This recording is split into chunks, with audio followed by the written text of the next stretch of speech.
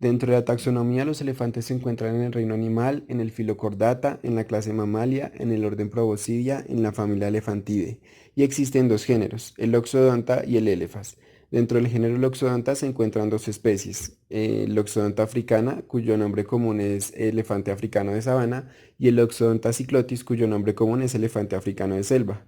Estas dos especies se encuentran en estado de vulnerabilidad según la lista roja de amenaza de la Unión Internacional de Conservación de la Naturaleza. Dentro del género Elephas se encuentra la especie Elephas maximus o elefante asiático, que cuenta con tres subespecies llamadas Elephas maximus maximus o elefante de Sri Lanka, Elephas maximus indicus o elefante indio y Elephas maximus sumatranus o elefante de Sumatra. Estas tres especies se encuentran en riesgo según la lista mencionada anteriormente. Más adelante se dan unas herramientas para diferenciar entre el elefante asiático y el elefante africano. Los elefantes conviven en grupos de 20 animales aproximadamente, conformados principalmente por hembras y crías, y su líder siempre es la hembra de mayor edad. Los machos presentan hábitos solitarios y solo se reúnen con el otro grupo en periodos de apareamiento. También se ha reportado que estos animales pueden llegar a vivir hasta 70 años y pueden medir de hasta 4 metros y pesar hasta 6 toneladas. Además, su hábitat generalmente son zonas pastosas y frondosas cerca a fuentes de agua, ya que deben beber agua por lo menos una vez al día. El proboscideo más antiguo conocido hasta ahora es el Phosphaterium, que existió hace 55 millones de años en la época del Eoceno. Este proboscideo tenía el tamaño de un perro y no presentaba trompa, pero debido a todos los desafíos ambientales que se dieron en esos largos periodos de tiempo, llegaron a existir hasta 300 especies, de las cuales hoy en día solo existen las tres mencionadas anteriormente. También en la historia de la humanidad se ha mostrado un gran interés y un vínculo muy grande con esta especie debido a sus características únicas y llamativas como su tamaño, su morfología y su adaptabilidad tanto intelectual como emocional, demostradamente en la observación de procesos como el duelo de pérdidas de individuos de la misma especie. Todas estas razones han llevado a que el papel del elefante dentro de la cultura y dentro de la vida de los humanos cumpla diversas funciones, como lo son el animal de carga, animales de batalla, entretenciones, circos y zoológicos, fuentes de alimento y recursos, símbolos místicos y representaciones de deidades, como por ejemplo el dios Ganesha en la cultura hindú. Este gran interés ha llevado a que los elefantes no se encuentren localizados solo en el continente asiático y en el continente africano, sino que prácticamente se hayan movilizado por todo el mundo, por lo que hoy prácticamente podemos encontrar un elefante por lo menos en cada zoológico que hay en los diferentes países. Es importante tener en cuenta que a pesar de que existan ejemplares en la mayor parte del mundo, la población en general de elefantes, tanto asiáticos como africanos, ha disminuido. En el caso de los elefantes africanos, en el siglo pasado se calculan que había unos 12 millones y actualmente se estima que hay unos 400.000 individuos, entre individuos en vía silvestre y en cautiverio. En el caso de los elefantes asiáticos, se reporta que la población ha disminuido un 50% en los últimos 30 años, dejando un total de 50.000 ejemplares en todo el mundo. Esta reducción en la población se ha dado principalmente por la lucha entre espacios y la destrucción y la modificación de su hábitat por parte de los humanos, que pues disminuye las fuentes de alimento y el espacio que pueden ocupar, y además por la caza y el tráfico ilegal de los animales, que pues principalmente lo hacen para la amputación de colmillos y la obtención de marfil, lo cual así queden con vida después de la amputación los puede llevar a la muerte por procesos sépticos. Las principales diferencias entre el elefante africano y el elefante asiático son el peso. El elefante africano es más pesado que el elefante asiático, ya que puede alcanzar hasta 7 toneladas, mientras que el elefante asiático puede alcanzar hasta 5.5 toneladas. El elefante asiático es más bajo que el elefante africano, ya que puede alcanzar una altura de hasta 3.5 metros, mientras que el elefante africano puede alcanzar una altura de 4 metros. La piel del elefante africano es más arrugada que la del elefante asiático. El punto más alto del elefante asiático, como podemos ver en la imagen, es la punta de la cabeza, mientras que la del elefante africano es la cruz. Entonces las orejas del elefante africano son mucho más grandes, sobrepasan el cuello, mientras que las del elefante asiático son mucho más pequeñas. Esto pues debido a la función de termorregulación que tienen las orejas. Entonces, la silueta de la columna del elefante africano es cóncava, mientras que la del elefante asiático es convexa. Los colmillos de los elefantes africanos son más largos, son curvos y están presentes tanto en machos como en hembras. En cambio, en el elefante asiático Los colmillos son cortos, tienden a ser rectos y están presentes en machos, mientras que en hembras suelen ser o vestigiales o ausentes. La trompa de los elefantes africanos pues tiene más anillos, sin embargo pues esto no se puede evidenciar en la imagen. También dice que tiende a ser pues más flexible y en la punta de la trompa el elefante africano tiene como dos protuberancias en la punta, no sé si se alcance a ver en la imagen, y mientras que el elefante asiático tiene solamente como una protuberancia en la punta. Dentro de las particularidades anatómicas tenemos de primeras el sistema tegumentario, donde tenemos que los elefantes cuentan con una piel gruesa y dura que tiene varias funciones, entre las más importantes la termorregulación y la eliminación de desechos. Esta piel puede llegar a tener un grosor de 3.2 centímetros y en su parte más delgada puede llegar a medir 1.5 centímetros. También tenemos que es una piel arrugada. Estas arrugas también sirven como método de termorregulación debido a que pueden retener agua pues ambiental y evitar que se deshidraten. Y también es conocido que estos animales tienen unos puntos de presión específicos en la piel que son más sensibles, los cuales usan los entrenadores y los domesticadores de elefantes para promover comportamientos y que al presionarlos respondan con una acción. Dentro del sistema musculoesquelético tenemos que el esqueleto de los elefantes está compuesto de 321 a 356 huesos. Esta variación se da porque entre especies y entre subespecies varía el número de huesos como las vértebras caudales y las costillas. Por ejemplo, el elefante asiático tiene generalmente 19 pares de costillas y 33 vértebras caudales, mientras que el elefante africano posee típicamente 21 pares de costillas y 26 vértebras caudales. Otras particularidades importantes del sistema musculoesquelético es que el cúbito es más grande que el radio y estos dos huesos se cruzan oblicuamente a medida que descienden. Además, las falanges distales de los dígitos 2, 3 y 4 no se encuentran unidas a las falanges medias de los miembros anteriores y el cartílago epifisiario está presente durante toda la vida de los animales. Los miembros de los elefantes son estructuras altamente especializadas debido al gran peso que deben soportar. En esencia, las patas se componen de 5 dígitos, los cuales no son distinguibles en el exterior y algunos son representados por uñas. Los elefantes asiáticos en general tienen 5 uñas en los miembros anteriores y 4 uñas en los posteriores, mientras que los elefantes africanos generalmente tienen 4 uñas en los miembros anteriores y 3 en los miembros posteriores. Adicionalmente, la pata se encuentra cubierta por tejido tegumentario, como lo son la piel, las uñas y unas suelas o almohadillas especializadas que se asemejan a los bulbos del talón en los bovinos.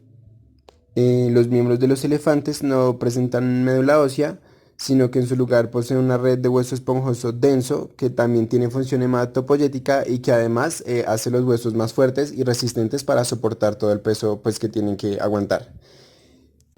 También se ha reportado que el crecimiento de las uñas es de 0,5 a 1 centímetro aproximadamente por mes. Además, los elefantes son semidigitigrados o pues semiungulados debido a que poseen un gran amortiguador de tejido fibroelástico y graso que rodea los dígitos. También, mientras están en estación, los elefantes se balancean de atrás hacia adelante y hacia los lados para liberar presión sobre unos miembros y cuando vuelven a apoyarlos, permitir el flujo de sangre de nuevo hacia el corazón. Dentro del sistema respiratorio, pues la particularidad anatómica más importante es la trompa, pues que es por lo que son conocidos y llamativos. Y esta estructura es el resultado de la combinación entre la nariz y el labio superior, que además cumple diversas funciones, no solo la respiración, entre las cuales se encuentran la aprehensión de alimento, la olfacción y la sensibilidad táctil. Esta trompa no presenta hueso y tiene dos orificios que están separados en la totalidad de la trompa y hasta la faringe por un septo fibromuscular. Y a la entrada del cráneo, estos dos orificios pueden ser cerrados por acción de cartílagos y muscular, lo que permite prácticamente sellar la trompa y les permite a los elefantes retener fluidos en ese lugar. Otra estructura única de los elefantes es la bolsa faríngea, que se encuentra en la parte más caudal del orofaringe, entre la base de la lengua y la epiglotis. Y se ha demostrado que en esta bolsa faríngea los elefantes pueden retener una gran cantidad de líquidos por varias horas sin interferir con la deglutición ni la respiración. Se cree que esto es principalmente en los elefantes de sabana, donde las fuentes de agua no son muy cercanas y usan esta bolsa como reserva de líquidos. Finalmente, uno de los hallazgos más importantes en el sistema respiratorio es que no presentan como tal un espacio pleural, sino en este espacio tienen un tejido conectivo especializado que se presume les sirve para bucear, es decir, cuando se introducen totalmente en el agua y pueden respirar a través de la trompa. Este tejido conectivo especializado les permite soportar las presiones que se presentan bajo el agua. En cuanto al sistema gastrointestinal, los elefantes solo tienen incisivos en la parte de arriba, que pues son los colmillos. No presentan caninos, tienen tres premolares y tienen tres molares. Los colmillos comienzan a crecer aproximadamente a los 6 meses, entre los 6 meses y el año de edad, y se reporta que crecen aproximadamente 17 centímetros por año. Además, se reporta que cada individuo posee un colmillo dominante, que es el de menor tamaño, y pues que es de menor tamaño debido a que lo usan con mayor frecuencia. Otra particularidad es que los elefantes pueden mudar hasta 6 veces de dientes, exceptuando los colmillos, y que la muda se da en forma horizontal y no vertical. Esto quiere decir que los dientes erupcionan en la parte caudal y se desplazan hacia craneal para reemplazar a los anteriores. En general, la cavidad bucal es relativamente pequeña en comparación con el resto de las estructuras, y además los elefantes no pueden protruir la lengua debido a que la punta de esta se encuentra adherida al piso de la boca. Otra particularidad del sistema gastrointestinal de los elefantes es que no poseen vesícula biliar. Dentro de la fisiología gastrointestinal es importante mencionar que son fermentadores secales, muy parecidos a los equinos, que pasan de 16 a 20 horas al día comiendo, y se ha reportado que los elefantes africanos necesitan beber de 150 a 20 litros de agua fresca por día, mientras que los elefantes asiáticos necesitan beber de 200 a 225 litros. En cuanto al consumo, se estima que los elefantes asiáticos deben comer el 1.03% de su peso corporal en alimento, y que los elefantes africanos deben consumir el 1.6% de su peso en comida. Además, los elefantes pueden defecar de 15 a 20 veces por día. En cuanto al sistema cardiovascular, los elefantes presentan un ápice cardíaco bilobulado, carecen de una vena safena superficial, aunque las muestras de sangre pueden ser obtenidas de la safena interna. Y otros sitios de acceso vascular son la vena cefálica, la vena caudal central y las venas auriculares en el aspecto caudal de las orejas. Además, el pulso, pues obviamente no se puede usar un fonendoscopio, entonces debe ser tomado en las arterias auricular o caudal vertebral. Para el sistema genitourinario tenemos que los elefantes poseen riñones lobulados con un promedio de 8 lóbulos cada uno. Además, un elefante produce en promedio 50 litros de orina diarios. La anatomía general de la hembra es muy similar a la de los otros mamíferos, aunque se reporta, por ejemplo, que la pubertad se da entre los 10 y los 12 años. Su periodo de gestación es el más largo de todos los mamíferos, contando con una duración de 22 meses. La mayor parte de las gestaciones resultan en una sola cría, aunque existen reportes de gemelos. Estas gestaciones son cuerpo lúteo dependientes y el número de cuerpos lúteos accesorios aumenta a medida que avanza la gestación. El tipo de placenta es endotelio corial zonaria y la gestación es de tipo cornual. Además, una hembra durante toda su vida puede llegar a tener de 7 a 12 crías. En cuanto al macho, poseen testículos intraabdominales localizados inmediatamente caudal a los riñones y no poseen un plejo pampiniforme para la regulación de la temperatura, lo cual pues no es muy grave, ya que la temperatura a ese nivel es más o menos la misma que presentan los mamíferos que tienen los testículos externos. Además poseen glándulas sexuales accesorias, como son las ampollas del conducto deferente, las vesículas seminales, la próstata y las glándulas vulvouretrales. En cuanto a la visión del elefante, su ojo es muy pequeño en relación al resto de su cuerpo y se reporta que es de menor tamaño que el de las ballenas y que incluso el de los caballos.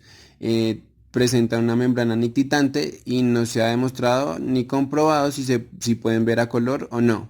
Los elefantes no presentan un aparato lagrimal, por lo que la película lagrimal simplemente se desliza pues desde dorsal hacia el canto medial y se elimina pues a través de la piel, o sea, sale por la piel.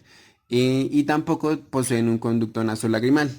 Los elefantes tienen una vista monocular de 190 grados y una binocular de 67 grados y presentan dos puntos ciegos, uno adelante justo enfrente de la trompa, por lo que los objetos bien cerca a la trompa no los puede ver, que es una de las razones por las que dicen que los elefantes pueden asustar, que los ratones, perdón, pueden asustar a los elefantes, pero no es porque les tengan miedo, sino porque en ese punto no tienen una gran visión, entonces pues sí son nerviosos con los objetos que se mueven en ese punto.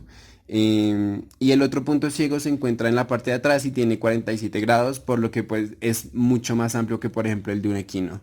Entonces pues por ejemplo hay que tener cuidado en la aproximación desde caudal en estos animales. En cuanto al oído, pues su estructura general es muy parecida al de los otros mamíferos. Tiene un oído externo ubicado caudal al ojo, un oído medio que comunica con la faringe y un oído interno. Dentro de sus principales funciones se encuentra la termorregulación, la acústica, el balance y la comunicación y además la señalización intraespecie. Em, Dentro de la función de termorregulación, lo que hacen es filtrar la sangre a través de los vasos de las orejas y al moverlas, pues se enfría la sangre y permite que vuelva al cuerpo con una menor temperatura. Aquí es muy importante determinar que los elefantes son capaces de producir y captar sonidos de infrasonido y pueden detectar frecuencias de hasta 17 Hz, mientras que por ejemplo los humanos la frecuencia más baja audible es la de 29 Hz.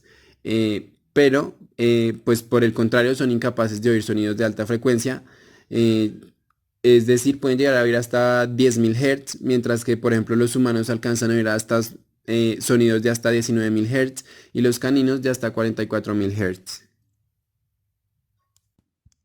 En cuanto al tacto, pues el principal órgano para los elefantes en cuanto al sentido del tacto también es la trompa. Esto debido a que tiene, por ejemplo, una gran cantidad de músculos y tendones que pues hacen que sea una herramienta fuerte y ágil, pero que además tiene una gran inervación y que tiene unos sensores especializados y unas vibrisas que llevan a que la trompa se convierta, por ejemplo, en una herramienta para no solo olfacción y respiración, como ya había nombrado anteriormente, sino se pueden, por ejemplo, localizar por medio de olores, pueden filtrar olores y llevarlos hasta, por ejemplo, tienen aparato homeronasal, entonces ahí pueden filtrar olores para guiarse estrictamente por olores.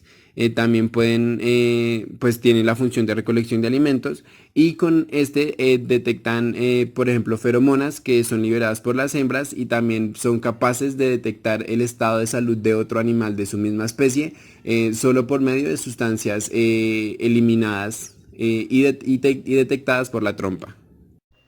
Los elefantes en vida silvestre forrajean durante una gran parte del día. Su dieta tiende a ser muy variada y comen grandes cantidades. Sin embargo, tienen un tránsito intestinal rápido, por lo que no son hábiles digiriendo el alimento. Por tanto, es necesario que las dietas sean formuladas específicamente para el animal, para su edad y para su estatus reproductivo. Esto con el fin de evitar la poca alimentación o la sobrealimentación, ya que a largo plazo puede traer consecuencias, por ejemplo, en los miembros del animal o en su fertilidad. Junto con el contenido de la dieta, es necesario tener en cuenta el adecuado almacenamiento del alimento, ya que este debe estar almacenado en un lugar limpio, que no vaya a estar en contacto con la orina o excremento de otros animales o incluso del mismo elefante. Asimismo, el agua no debe ser suministrada necesariamente todo el tiempo, pues debido a que ellos están pues acostumbrados o están adaptados para tiempos de sequía. Sin embargo, pues debe estar lo más limpia posible. En cuanto a los planes dietarios, estos deben estar revisados al menos una vez al año, teniendo en cuenta que pues el animal va a crecer, va a cambiar su estatus sanitario y pues también en caso de que haya presentado algún tipo de afección gastrointestinal. El ejercicio es un mecanismo importante de control de peso. La actividad permite que el animal queme calorías y esta debe ser acorde a la cantidad de calorías que consume el animal. Hacer que el animal camine es la principal manera de ejercitarlo. Se recomienda suministrar el alimento en varios sitios en el encierro, ya sea a nivel de piso o elevado, para simular el forrajeo que haría en vida silvestre, y de esta forma estimular a que el animal se desplace. No existe un estándar o un nivel que indique cuánto se debe ejercitar el elefante, debido a que son animales que están acostumbrados a caminar largas distancias durante largos periodos de tiempo. El entrenamiento también funciona como estimulante para el animal y también se ha encontrado que juntar animales jóvenes con animales adultos puede llegar a hacer que estos quemen más calorías. En cuanto al cuidado de la piel del elefante, es necesario que en el cautiverio se facilite al animal los medios para que él mismo se dé baños de tierra, de lodo y tenga objetos contra los que rascarse como lo haría en vida silvestre. Esto con el fin de prevenir problemas de piel, quemaduras por el sol o incluso la hipertermia debido a que estos comportamientos los maneja como una forma de termorregulación. Si no se pueden ofrecer estos elementos dentro del recinto del animal, el personal deberá encargarse de proveer los baños al elefante todos los días. El sistema de amortiguación de las patas es de vital importancia para el bienestar de las estructuras que conforman el miembro. Sin embargo, el sobrecrecimiento de la porción plantar del miembro también es contraproducente. Para su correcto desgaste es necesario garantizar la actividad física por parte del animal y un sustrato adecuado que proporcione fricción y de esta manera pues generar el desgaste. Adicionalmente, las patas deben ser evaluadas y limpiadas diariamente y se recomienda también hacer revisión de patas por parte de un médico veterinario por lo menos trimestralmente y de ser posible acompañarla con radiografías. Esto como pues con el fin de prevenir y tratar enfermedades de pronto degenerativas a tiempo y pues igual el animal también puede ser entrenado para que él mismo ponga su patita en alguna plataforma o en el sitio donde se vayan a revisar mediante manejo de puntos de presión y otros sistemas de entrenamiento. En cuanto al proceso de cuarentena, es recomendado mínimo un periodo de 30 a 90 días, dentro de los cuales tiene que haber un aislamiento total, lo que incluye el contacto entre la comida, la bebida y los desechos orgánicos que se producen pues, por estos animales. El periodo de cuarentena es subjetivo y puede ser disminuido o aumentado de acuerdo al criterio del profesional encargado. Esto puede ser, por ejemplo, porque se afecta el ámbito social o el componente afectivo de los elefantes, o porque, por ejemplo, se ve una enfermedad que tiene que ser tratada antes de que el elefante pueda ser ingresado al resto de la manada. Durante este periodo de cuarentena se deben realizar varios procedimientos, entre los cuales pues el primero es la observación del estado general del paciente. También se debe realizar un examen exhaustivo y tiene que abarcar todos los sistemas, y tienen que hacer una toma de muestras tanto de sangre como de heces, para evaluar todas las variables posibles que afecten la salud del elefante. También se tienen que tomar serologías y se tienen que realizar los procesos previos que no se habían realizado desde el lugar de donde provenían, como son vacunaciones o desparasitaciones. En cuanto al examen preenvío, es un examen que se realiza antes de trasladar un elefante a otro sitio. Básicamente se realiza un muestreo para verificar el estatus general del paciente, y pues también la carga parasitaria y el estado de enfermedades infecciosas. También se debe hacer un examen clínico completo, y es importante principalmente en las ocasiones en las que el lugar a donde va a llegar el elefante no tiene las capacidades para realizar una adecuada cuarentena. Ya una vez dentro de la manada, se supone que cada animal debe pasar por un examen clínico por lo menos una vez al año, y este examen clínico debe incluir también una toma de muestras, un examen reproductivo y una toma de radiografías. La carga parasitaria y la desparasitación se tiene que hacer dependiendo de los ciclos y la cantidad, la carga endémica de parásitos que hay en cada lugar, y se determina ya dependiendo del profesional y pues ya, como les decía, de la carga que se encuentre en el momento.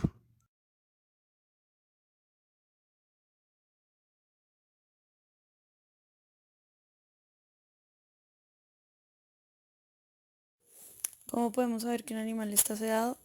Es muy fácil. En cautiverio se puede ver la disminución del movimiento de la oreja y la cola, una respiración sonora, una protrusión del pene desde el prepucio, una relajación del tronco y ensanchamiento de la postura y ataxia. Pero si vamos a sedar un animal que está en libertad, entonces se da la ralentización de la marcha y tropiezos, una falta de coordinación con la trompa, el animal se recuesta y luego siguen los signos de un animal en cautiverio, ¿no? Se empieza a disminuir el movimiento de oreja y cola, la respiración es sonora, se protruye el pene y demás. Digamos que ya para el caso de la inmovilización, pues debemos tener algunos aspectos en cuenta, dentro de los cuales están el animal. El animal dentro de lo que se pueda, si está en cautiverio, se debe dejar un ayuno de 24 a 48 horas antes de la inmovilización o de la anestesia para minimizar la cantidad de ingesta en el estómago y la formación de gases en el intestino grueso. Y el agua debe ser retirada por 24 horas antes. La silacina pues es conocida por producir una sedación profunda, pero a la estimulación táctil o auditiva puede causar una excitación explosiva. Por tanto, si el animal cae del lado equivocado, se puede voltear el animal usando un par bucle, que es lo que vemos en la figura 9.2, que es como una cincha en donde se coloca alrededor del estómago del animal y se da la vuelta jalando de una cuerda y sosteniendo la otra.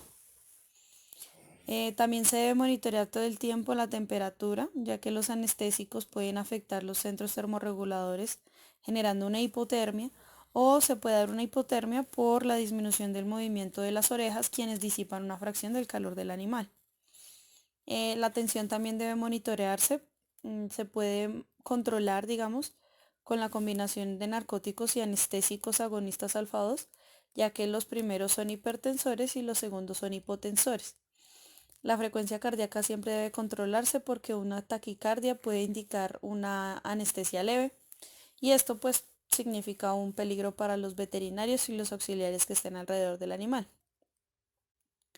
La inmovilización prolongada con una relajación completa puede permitir que el contenido del estómago ingrese al esófago de forma pasiva y sea transportado a la faringe.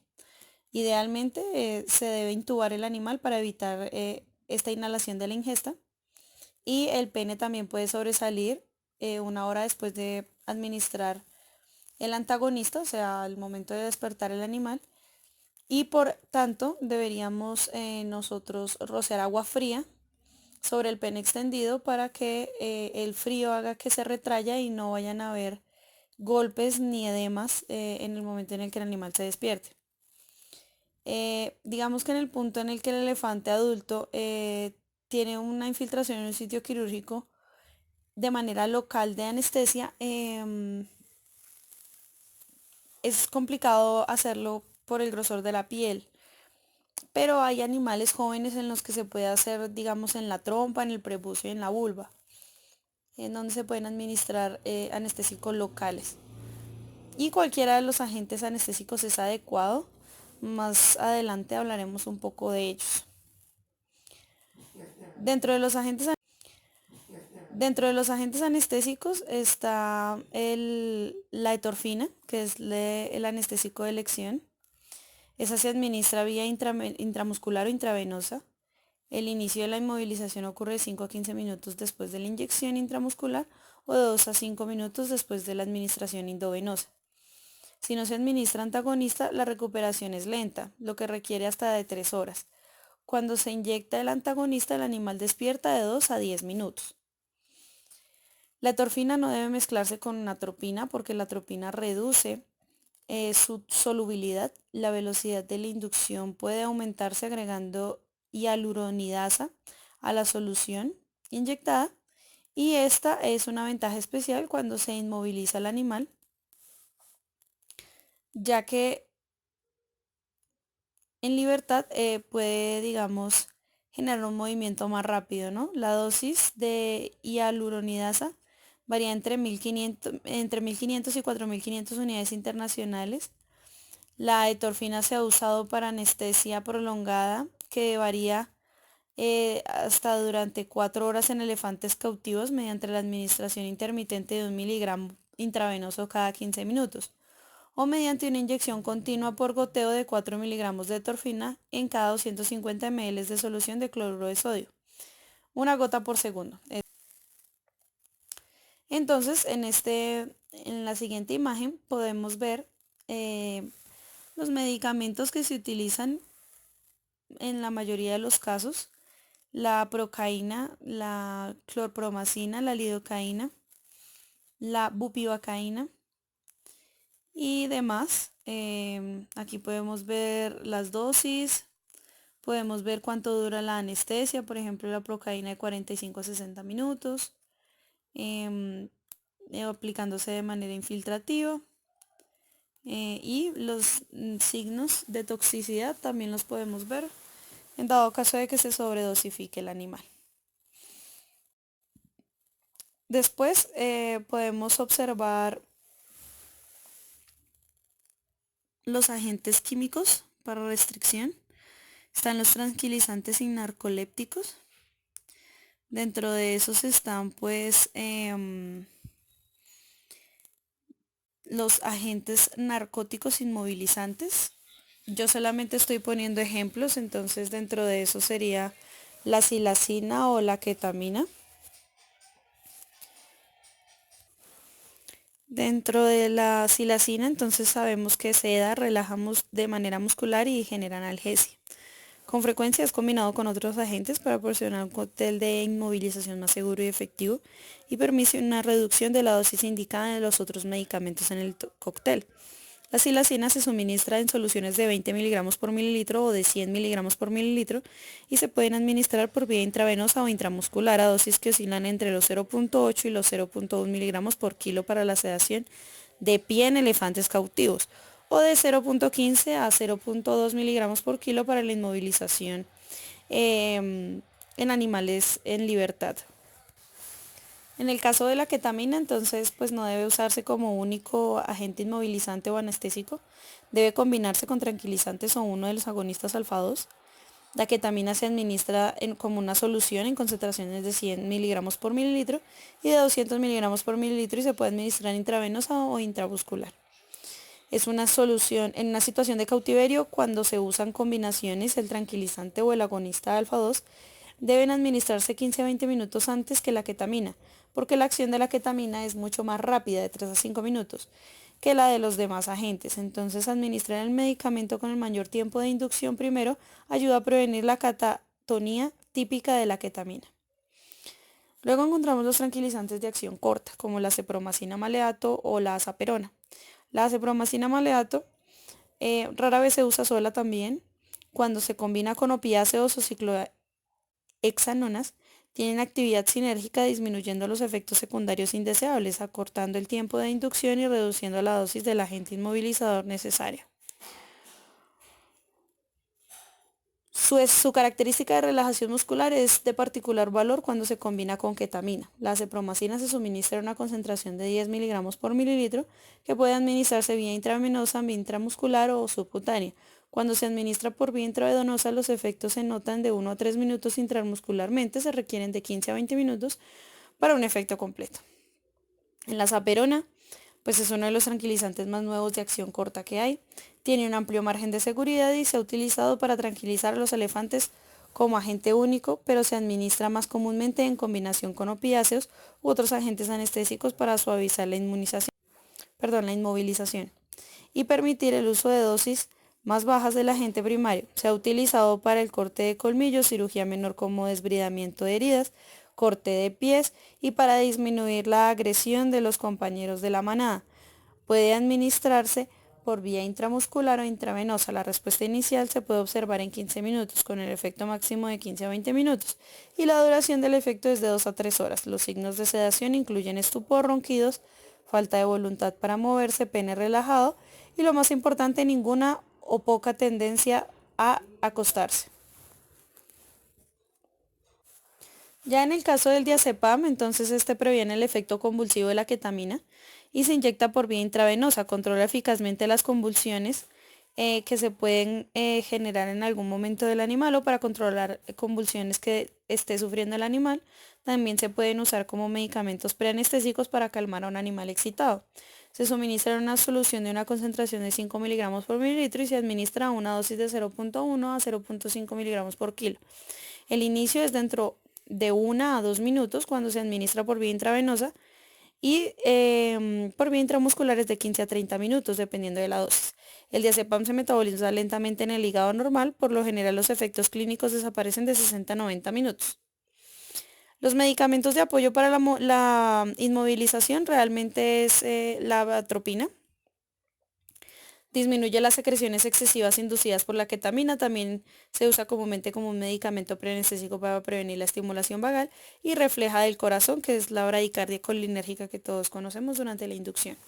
Las formulaciones para animales grandes se suministran como soluciones de 15 miligramos por mililitro y las formulaciones para animales pequeños es de 0,5 miligramos por mililitro.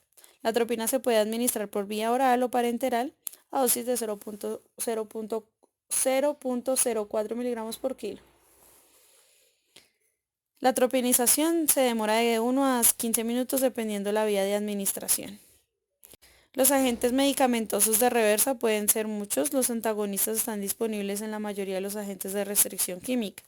La recuperación generalizada es la regla más importante en los animales, pero el clínico debe ser consciente de las respuestas no deseadas. Un elefante no pudo surgir después de la administración del antagonista y posteriormente se determinó que el elefante sufría las primeras etapas del tétanos y no podían levantarse.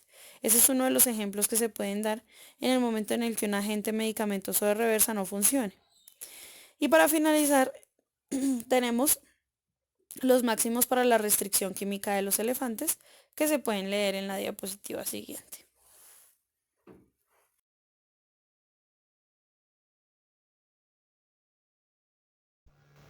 El herpes virus en elefantes es una infección que genera hemorragias en el miocardio, hígado, intestino y lengua. Este tiene como hospedero primario al elefante africano y puede llegar a contagiar al elefante asiático, donde genera enfermedad.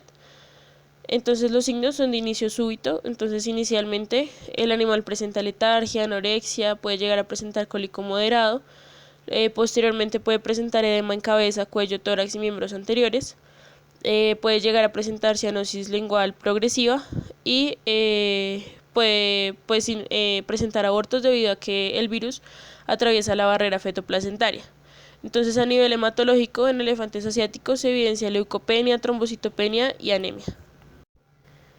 Debido a los síntomas, entonces se lista como diagnósticos diferenciales encefalomiocarditis, el cual hablaremos más adelante, clostridiosis, salmonelosis, intoxicación por fluoracetato de sodio e hipovitaminosis E.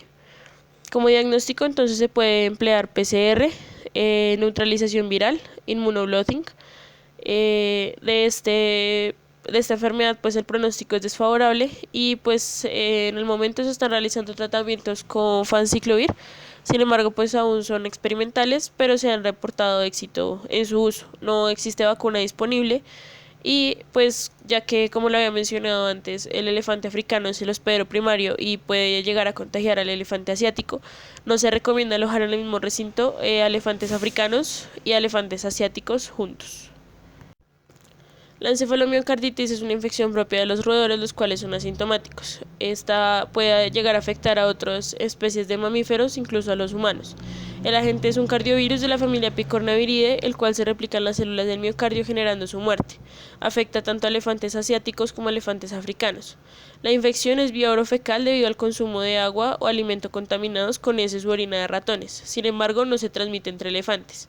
Se ha demostrado que debido a la testosterona los machos pueden llegar a ser más susceptibles que las hembras. Esta enfermedad suele generar muerte súbita o signos de falla cardíaca congestiva como disnea, citis, letargia, y los elefantes que logran recuperarse son susceptibles a presentar arritmias ventriculares. Esto cuando los niveles de catecolaminas son muy altos. Entonces, como diagnósticos diferenciales se lista herpes virus, hipovitaminosis E e intoxicación por glucósidos cardiotóxicos. En cuanto al diagnóstico, se puede realizar necropsia, aislamiento viral o PCR. Entonces, a la necropsia se van a encontrar hemorragias petequiales en diferentes mucosas, ascitis, pericarditis o lesiones blanquecinas en el miocardio. En cuanto al tratamiento, no existe. Y en cuanto a la prevención, pues debido a que la enfermedad es transmitida por los roedores, pues se recomienda un control estricto tanto dentro del recinto del animal como en el lugar donde se almacena el alimento, y suministro de agua limpia en donde pues no pueda entrar en contacto con orina de roedor. La fiebre aftosa es generada por un aftovirus de la familia Picornaviridae. Esta enfermedad es de alta morbilidad pero de baja mortalidad. Esta enfermedad afecta a animales de pezuña hendida tanto domésticos como silvestres, pero también puede llegar a afectar a otros animales como armadillos, elefantes, capibaras y perritos de la pradera. La mayor presentación en elefantes se da en animales en cautiverio. En cuanto a los signos, entonces en animales jóvenes puede llegar a causar diarrea o muerte súbita. Ya en animales adultos entonces se va a evidenciar anorexia, cojera, fiebre moderada, vesículas en la cavidad oral y en la mucosa de la trompa, en las cuales se pueden erosionar con el tiempo y formar úlceras. Se puede presentar secreción serosa por los hollares, pérdida de peso rápida pues debido a que el animal deja de consumir alimento. Y en los miembros entonces empieza a haber un aumento de temperatura, va a haber inflamación, adelgazamiento de la piel alrededor de las uñas y en la base de la pata, lo cual puede llegar a generar con el tiempo desfacelación de la piel y pues úlceras en los miembros, el cual pues va a generar mucho dolor en el animal y el animal puede postrarse. Como complicación, entonces, debido pues a las heridas expuestas de los miembros, se puede llegar a generar miasis. La enfermedad debe ser diagnosticada por el ente gubernamental a cargo en cada país debido a su importancia en salud pública. Entonces se puede realizar mediante muestras de tejido, exudado de las vesículas o sangre anticoagulada y ya pues el manejo del animal también es decisión pues de las políticas del país. Sin embargo, pues el animal podría llegar a tener altas probabilidades de sobrevivir debido pues a que se puede manejar un tratamiento sintomático suministrando alimento blando, haciendo manejo de las úlceras, con el uso de vendajes y botas protectoras en el caso pues de úlceras podales y pues no hay evidencia de que el animal se convierta en portador. Sin embargo, debido pues a la importancia en animales de producción, pues la vacuna y la eutanasia de los animales están bajo el criterio de cada país. Por ejemplo, en Estados Unidos y Canadá los elefantes infectados son eutanasiados. La tuberculosis es una infección bacteriana que afecta a una gran cantidad de especies de animales domésticos, silvestres e incluso puede afectar a los humanos. Afecta tanto a elefantes asiáticos y africanos, ya sea en vida libre o en cautiverio. Principalmente es causada por Mycobacterium tuberculosis y Mycobacterium bovis.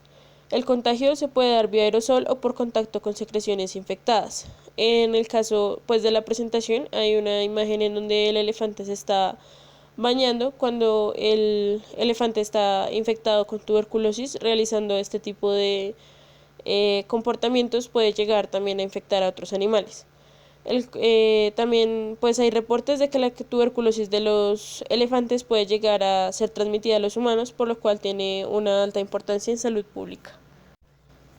En cuanto a los signos, estos suelen ser ausentes, sin embargo hay animales que pueden presentar tos, disnea y secreciones por la trompa. En estadios crónicos se puede llegar a evidenciar emaciación, intolerancia al ejercicio, edemas, debido a que el animal empieza a generar una falla cardíaca congestiva debido a su afección respiratoria crónica. El diagnóstico se puede realizar mediante cultivo heredado de lavado de trompa, sin embargo hay que tener en cuenta que el cultivo puede tardarse hasta 8 semanas, que puede llegar a dar falsos negativos debido a que puede llegar a no cultivarse estando el microorganismo presente, y también hay que tener precaución con la cantidad de microorganismos que pueden estar en la trompa del animal. También se puede realizar mediante inmunoensayos con antígenos de Mycobacterium y en este momento ya existen kits validados para diagnosticar la tuberculosis en elefantes. A todo elefante que muera en el recinto donde esté, ya sea por muerte natural o por eutanasia, se debe realizar necropsia, enfocándose pues principalmente en encontrar pues nódulos a nivel de pulmón y ganglios linfáticos. En cuanto al tratamiento, pues este es como una extrapolación del tratamiento que se suministra en humanos.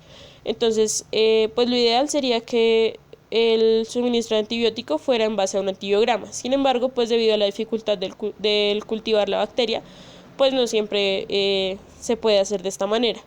Entonces, el tratamiento se debe suministrar diariamente por 2 meses y luego se debe suministrar día de por medio por 10 meses más.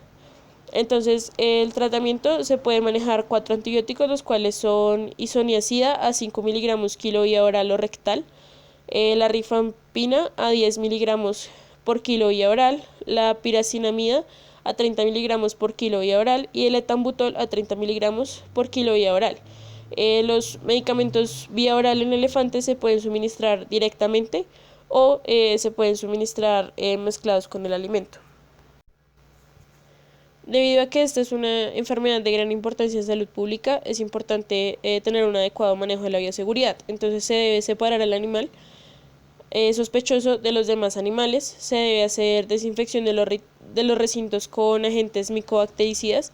Sin embargo, también está reportado que el Mycobacterium bovis y el Mycobacterium tuberculosis son sensibles a la radiación UV. Entonces, el manejo de los animales en recintos abiertos puede llegar a favorecer pues la muerte del microorganismo.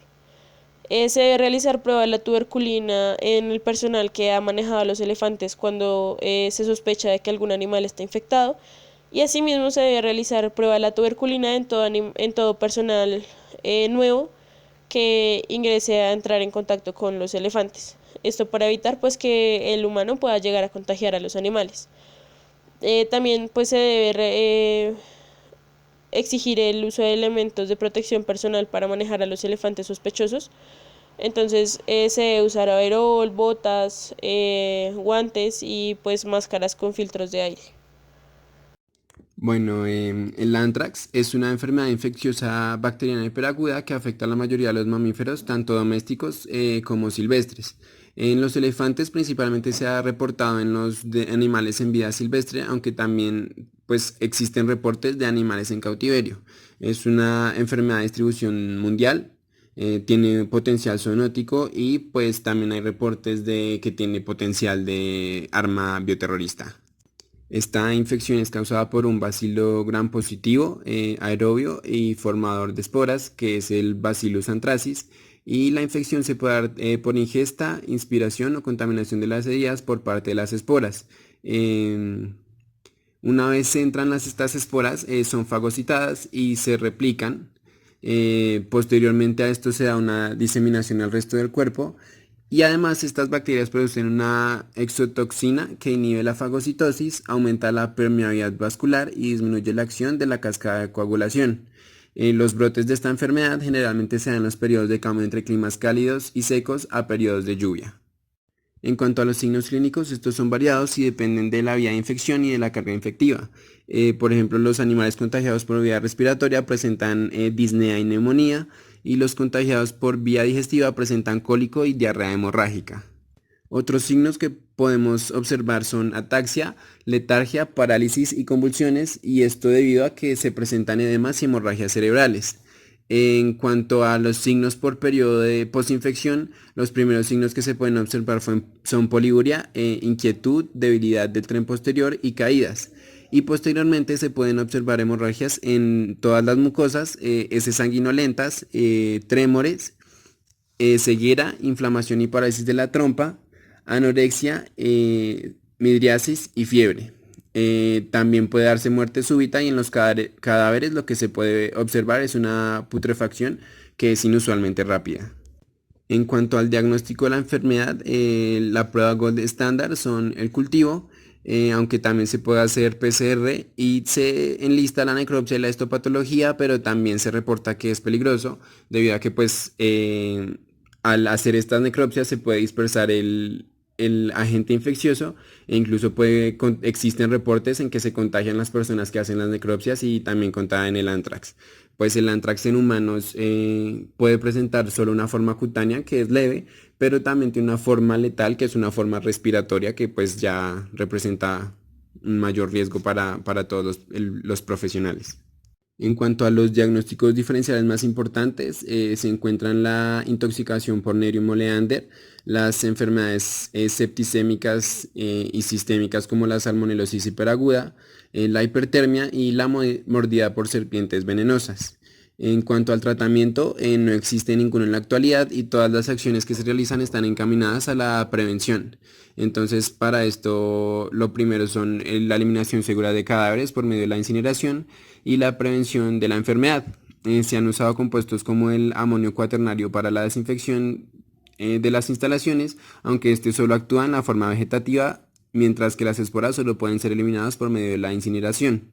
En cuanto a la vacunación, pues ya anteriormente en las otras diapositivas hay un plan vacunal que ha demostrado que tiene efectividad tanto en elefantes asiáticos como en elefantes africanos.